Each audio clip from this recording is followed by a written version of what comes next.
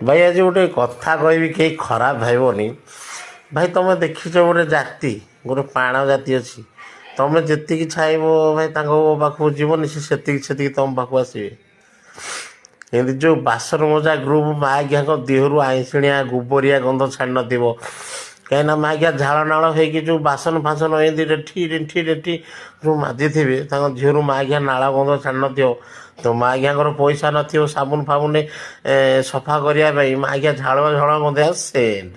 ତ ମା ଆଜ୍ଞା ସଫା କରିବାକୁ ମା ଆଜ୍ଞା ସାବୁନଟେ ପାଉନଥିବେ, ସେଟା କେଉଁଠୁ ଆଣିବେ ମା ଆଜ୍ଞା, ଲେବର ମା ଆଜ୍ଞା। ଆଉ ତ ସେମାନେ ହୋଟେଲରେ ତ କାମ ମା ଆଜ୍ଞା ମୂର୍ଖ ଚୋଦୁ ମା ଆଜ୍ଞାଙ୍କୁ ତ କିଛି ଜଣା ନାହିଁ। କ'ଣ କରିବେ, ଲାଷ୍ଟରେ ଉପାୟହୀନ ଲାଷ୍ଟକୁ ହୋଟେଲରେ ରହି ବାସନ ମାଜୁଛନ୍ତି। ଆଉ କିଏ ଗାଡ଼ି ଫାଡ଼ି ପୁଛୁଛି, ମାନେ ଟାୟାର ସଫା କରୁଛି। ମା ଆଜ୍ଞା ଯେତେ ଗାଡ଼ିରେ ଦେଖିବ ସବୁ ଆମର ଅଙ୍କଲ ଆଣ୍ଟି ମାନେ ସବୁ ଯିବେ, ସବୁ ଜେଜେ ଅଜା ଭରିଆ ଯିବେ, ସବୁ ବାନ୍ତି ଫାନ୍ତି କରିଥିବେ। ମା ଆଜ୍ଞା ତାକୁ ପୁଛିବେ, ମା ଆଜ୍ଞା କପଡ଼ା ଧରି ଓଦା କପଡ଼ା ଧରି ସାମ୍ପୁ ଫାମ୍ପୁ ମାରିକି ସଫା କରିବେ ଗାଡ଼ି।